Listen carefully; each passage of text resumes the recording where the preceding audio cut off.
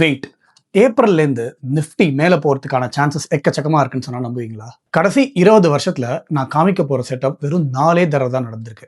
அது இப்போ திரும்ப 2026 மார்ச்ல நடந்திருக்கு. இதுக்கு முன்னாடி 2008 கிராஷ், கோவிட் கிராஷ் மாதிரி மேஜர் ஃபியர் மூமெண்ட்ஸில் மட்டும்தான் இந்த செட்டப் நடந்திருக்கு. அண்ட் கெஸ் வாட், இந்த செட்டப் வந்த எவ்ரி சிங்கிள் டைம் அடுத்த 12 மந்த்ஸில் நிஃப்டி எக்கச்சக்கமான ரிட்டர்ன்ஸ் கொடுத்துருக்கு. ஒரு எக்ஸாம்பிளுக்கு 2008 இது வந்ததுக்கப்புறம் நிஃப்டி 77% ரிட்டர்ன்ஸ் கொடுத்துச்சு.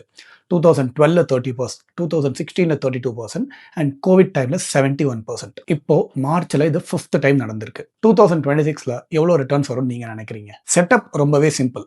நிஃப்டியோட monthly chart plus Bollinger bands. இந்த பொலிஞ்சர் பேண்ட்ஸுங்கிறது மார்க்கெட் வாலட்டிலிட்டி எவ்வளோ அப்படின்னு பார்க்குற ஒரு டெக்னிக்கல் இண்டிகேட்டர் தான். இதில் எதுவும் பெரிய ராக்கெட் சயின்ஸ்லாம் கிடையாது. எப்பப்பெல்லாம் ப்ரைஸ் லோவர் பேண்டை டச் பண்ணுதோ அதுதான் ரேர் அக்குமுலேஷன் ஜோன். நான் சொல்கிறது மந்த்லி டைம் ஜோனில். இது கடைசி 20 வருஷத்தில் வெறும் 4 தடவை தான் நடந்திருக்கு. இப்போ மார்ச் 2026 5வது தடவை நடந்திருக்கு. ஜென்ரலாக இந்த மாதிரி நடந்துச்சுன்னா அதுக்கப்புறம் ரிட்டர்ன்ஸ் எப்படி இருக்குங்கிறத ஹிஸ்ட்ரி ஆல்ரெடி சொல்லிருச்சு. ஆனால் again this is just a probabilistic study தான். இது அப்படியே கண்மூடித்தனமாக எடுத்துக்கிட்டு போய் மொத்த காசு இன்வெஸ்ட் பண்ண தேவையில்லை. இதை பற்றி கொஞ்சம் ஸ்டடி பண்ணுங்கள். அண்ட் இது நிஃப்டி 50 மட்டும் இல்லை, நிஃப்டி 500 சேம் பேட்டர்ன் ரிப்பீட் ஆயிருக்கு.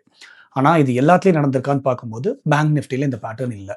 ஸோ இப்போ மார்க்கெட்டில் ரொம்பவே ஃபியர் இருக்குது. ஆனால் இந்த ஒரு சிக்னல் அடுத்த 12 மாதம் நல்லா இருக்க போகுது அப்படிங்கிறதுக்கான ஒரு ப்ராபபிலிஸ்டிக் ஸ்டடி கொடுத்துருக்கு. திரும்பவும் சொல்கிறேன், இது இன்வெஸ்ட்மெண்ட் அட்வைஸ் இல்லை, இது ஒரு ப்ராபபிலிட்டி ஸ்டடி தான். ஸோ உங்களோட ஸ்டாக்ஸ் இருந்துச்சுன்னா அதை இப்போதைக்கு நீங்கள் விற்கணும்னு அவசியம் கிடையாது.